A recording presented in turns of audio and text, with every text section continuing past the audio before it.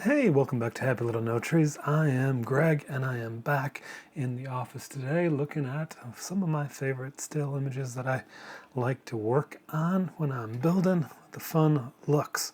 And the thing that we're talking about today is the look of low contrast but still super vibrant.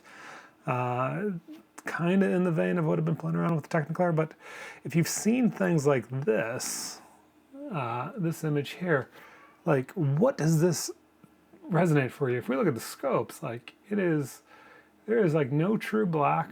It is very low saturation. Like, we're 1, 2, 3, 4 out of the ring.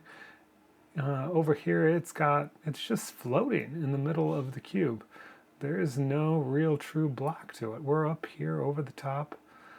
Over here, a very nice piece of artwork, but it's a photograph that's just been manipulated to look gravy. So how do we make this really like low contrast, creamy, chalky, mattish look? And yeah, in a private little colorist, little Discord world, there's been a bunch of us playing around with trying to do just that. And so yeah, let's dive right into this little no tree right here, and we can kind of see what's going on. Just double checking why the thing seems to be freaking out over there. When I shift the image, it's fine.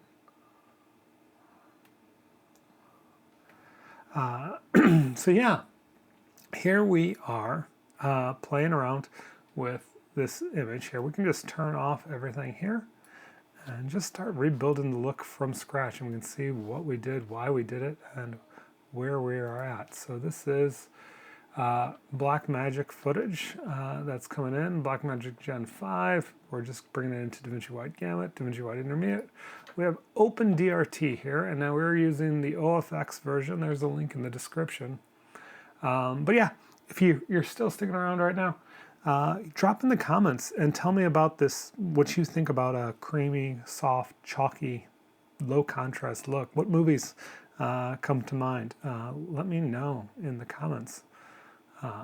But yeah, so we just have this. I did do some adjustments to the contrast. So the default for contrast is 1.14. We just turned that all the way off. You can see here in the diagnostics, if we bring up the tone scale curve, it's a we really flattened out. We're going for a low contrast look. I've made some tweaks to the shoulder clip and pretty much just left that a little bit, kind of let it go. If we let it go all the way up, it's not really going to affect our image that much. Most of these could probably be just squashed down. I do want that toe to be just kind of flat, just kind of take off. That's just the tone scaling through OpenDRT. Yeah,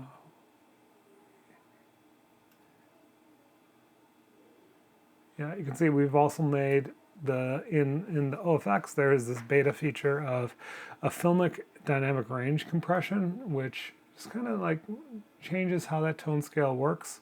You can see the settings that I have right there. But yeah, that's the initial just pass-through look of everything that we have going on. Let's see how that's looking. Just nice, normal. Nothing crazy. Didn't do anything crazy to it. Just keeping it simple. Let's see how this kind of kinks things up a little bit. Yeah. So kind of just spreads it out a little bit. It's so nice. Oops, enable beta features. Turn that off. So there we are with that. Now, there are a lot of ways you can go about this look. We can look at this. This is close to one being finished. It's kind of like this matte painting. If you look at here, we're floating around on the scopes in the dead center of the range, about 20 to 40 height-wise for most of the things. The cube is kind of just showing the color just floating in the center, and it's a very low sat. If we go to this image here, where we've been working on it, similar thing. We're kind of right there. Everything is staying within like a 20 like a 20 to 30 range band of range on our waveform. And then our cube, it's just kind of floating there in the middle.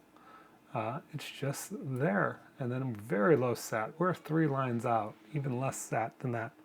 But if we go back to our bathtub example where we're sitting right here, what we did is we used here this new DCTL that I've kind of been working on called the rescaler. So we can look at if we look at where we're at on the waveforms right now, we're really right high up here. And what's going to happen is we're going to rescale that. So imagine your nice fancy Blackmagic camera has a huge dynamic range. We're going to just compress and squish that dynamic range down. And you can see here when we're looking at the curves down here, that it's kind of just there. If we turn that off, that's where we're at with it. So what it is doing is mathematically taking our input. So normally we're working in Davinci Wide Gamut Intermediate. It's automatically shifting us into linear and then putting us back into Davinci Wide Gamut. So the in and out is fine. If you already are in linear, you just tell it that. Kind of depends. With this, we have a couple settings here in the dynamic range scaler. One is to do our target range is the second one. So let's say like a film stock has, or like oil painting or matte painting, or even film stocks tend to have a lot less of a range of dynamic range than you would imagine. Whereas our camera has a lot of compression, so around 14 stops. So that compression pressure, it could say what is your input dynamic range, but that's not exactly how the math works on the back end.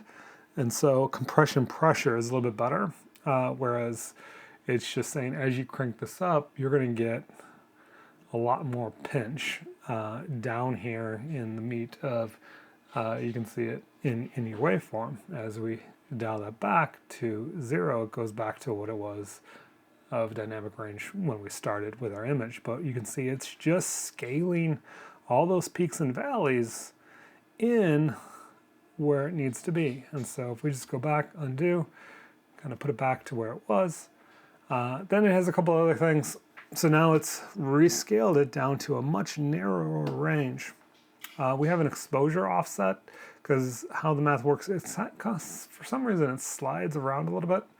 And sometimes you'll need to make an adjustment to keep it where you want it in terms of relative to mid-gray, or if you want to push it up, kind of just affects, the shape of the look that you're having. Pivot point is another slight adjustment that really just kind of focuses on where it's falling. It does have a factor in how the ratios function, so where that pivot point is. But here it's pretty much functioning in a mid-gray mindset of kind of locking down and normalizing where how much is below a certain point is getting pinched. Then we have a saturation awareness, and you can see this on the cube when we're looking at it. When we turn it on or off, so this is just an I/O slider pretty much. That compression, if you don't have it watching the chromaticity of the colors, you also are compressing your saturation at the same time.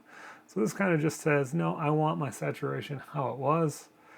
And we have a couple adjustments we could make to how that shapes itself out. So that chroma pinch kind of, if we're looking at our cube, you can see it kind of changes how they kind of shape and expand how much saturation there is. Pinch kind of dictates how tight is it pulling in to the reins, kind of mostly focused on the high end and low end, kind of pinch those to white or black or to the gray line in the middle. But this was where we were at with our settings right there. And that's fun. That's a very nice kind of foggish, atmospheric. I'd actually be kind of depending on what I'm going for, that's what I'm kind of going for.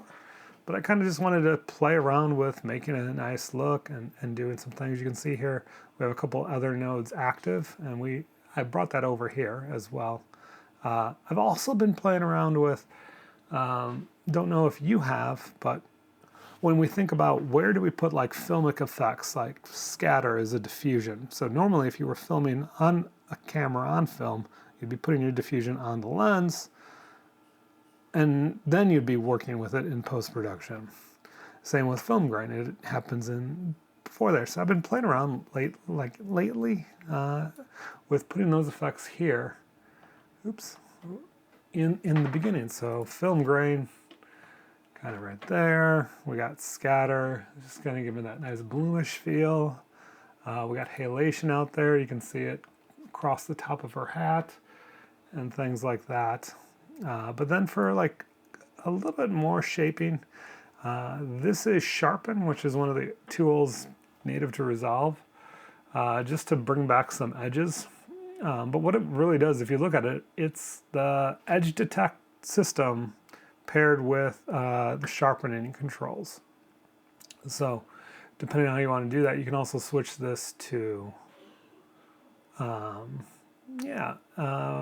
can switch this to lab, which will give you a slightly different way in which that sharpening is happening, or you can stay where you're at. It kind of just depends on what you're wanting to do for that. But right there is fine. So it's kind of just checking the edges and then sharpening only in those edges. So that is creating a matte. You could just use the edge detect choice and then have that pipe into a sharpening node. But you start to get, those edges refined of what things look like. Here is where I got a little fancy. So I'm using contour twice. And kind of made a sandwich around my rescaler node, which on one hand, if you were to look at one of these with that off, like it's a decent amount of contrast that's just being piped in as it is. And that looks fine, but it's not that like soft, creamy, mattish aesthetic. But then we would take this and go with our rescaler, and now it's compressed down to that less dynamic range look. But then I was like, well, let's kind of tweak it a little bit more, and used another instance of contour to kind of shape that what is coming out of the rescaler, shape its contrast just a little bit more. Just give it a little bit more love.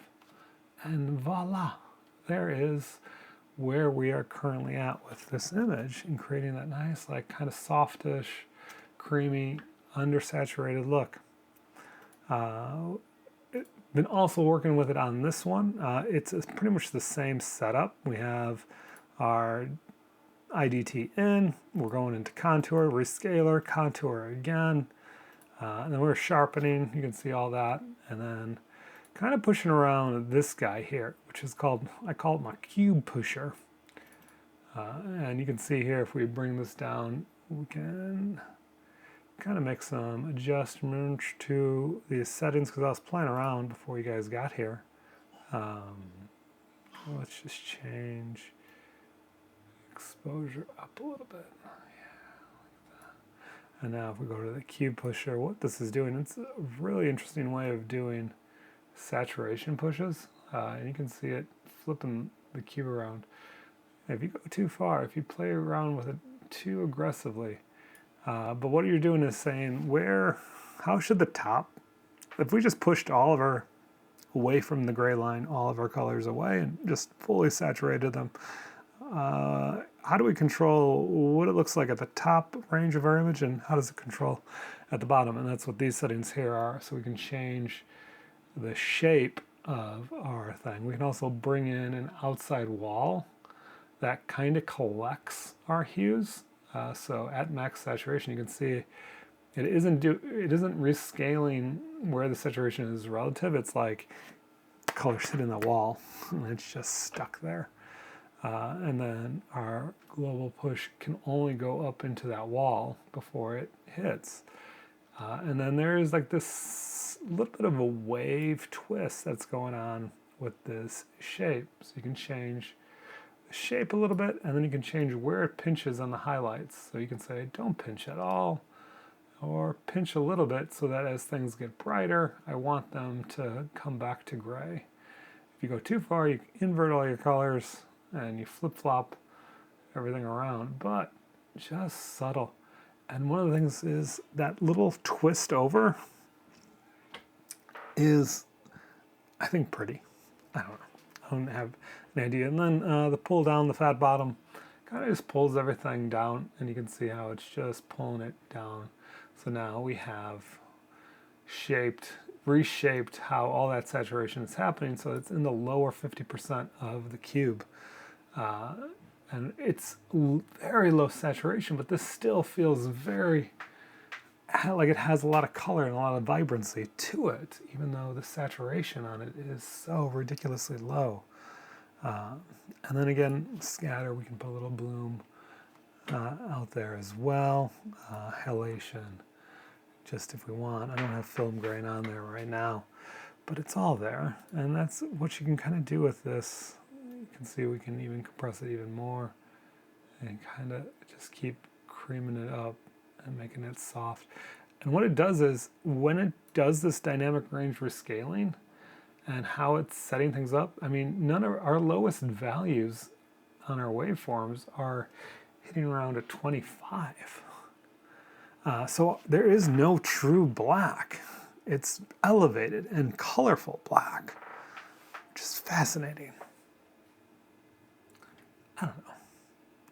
But I've been playing around with this. It's kind of been a challenge in the colorist community the last couple days. And yeah, I'm just kind of liking where I'm taking it. I mean, maybe I pushed the saturation too far. So we turned off saturation. This is where we would be at. And just kind of reshaped it a little bit. Kind of flat and kind of neutral. And it just gives it a little bit more characteristic and realism. I don't know. Instead of being flat. Anyways, if you like this video and are interested in the Rescaler tool, it is a dumbed down version of it exists in the Filmic Range beta. If you're working on the OFX beta, it's a simplified version. I got to make changes to it because I bumped it out and made it into a standalone DCTL with a little bit more control in allowing you to put it in this unique sandwich placement between two contour instances, which is very fun. But then, yeah, we can. So this would all be, just as a summary, this would be all look dev over here. And this would be where we would come back with our gamma linear color adjustment. So we would,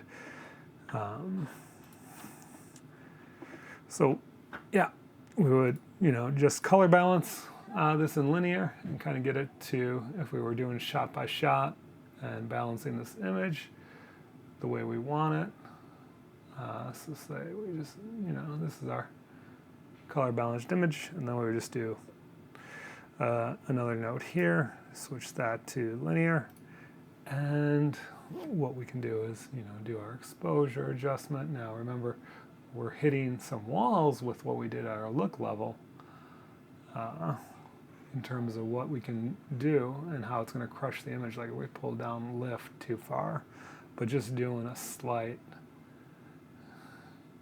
adjustment with our gamma and our lift wheel can be very unique to kind of just fill in some gappage. But yeah, very fun. And remember, like when we look at this, it is very not colorful. Like it is. We are 1, 2, 3, barely at 4 rings. Well, 1, 2, 3, 4. 4 rings on the saturation. So very low saturation, but still very colorful. And just a fun look to do. Yeah, I don't know. There's just something about this that I'm kind of drawn to. Anyways, if you like this, like in the comments. Let me know if you're interested in this rescaler. Comments, likes, do all those things. I might, I'm trying to work on figuring out, should I give things away for free? Should I charge for DCTLs that I make, that are these custom little tools that I have sitting around in my back pocket? Yeah, but it would be cheap. I don't think this one would be more than like $10, 10, 12 bucks. 10, 12, anyways, happy little no tree day, and I'm off till the next time you watch me in a video, so hopefully you enjoy.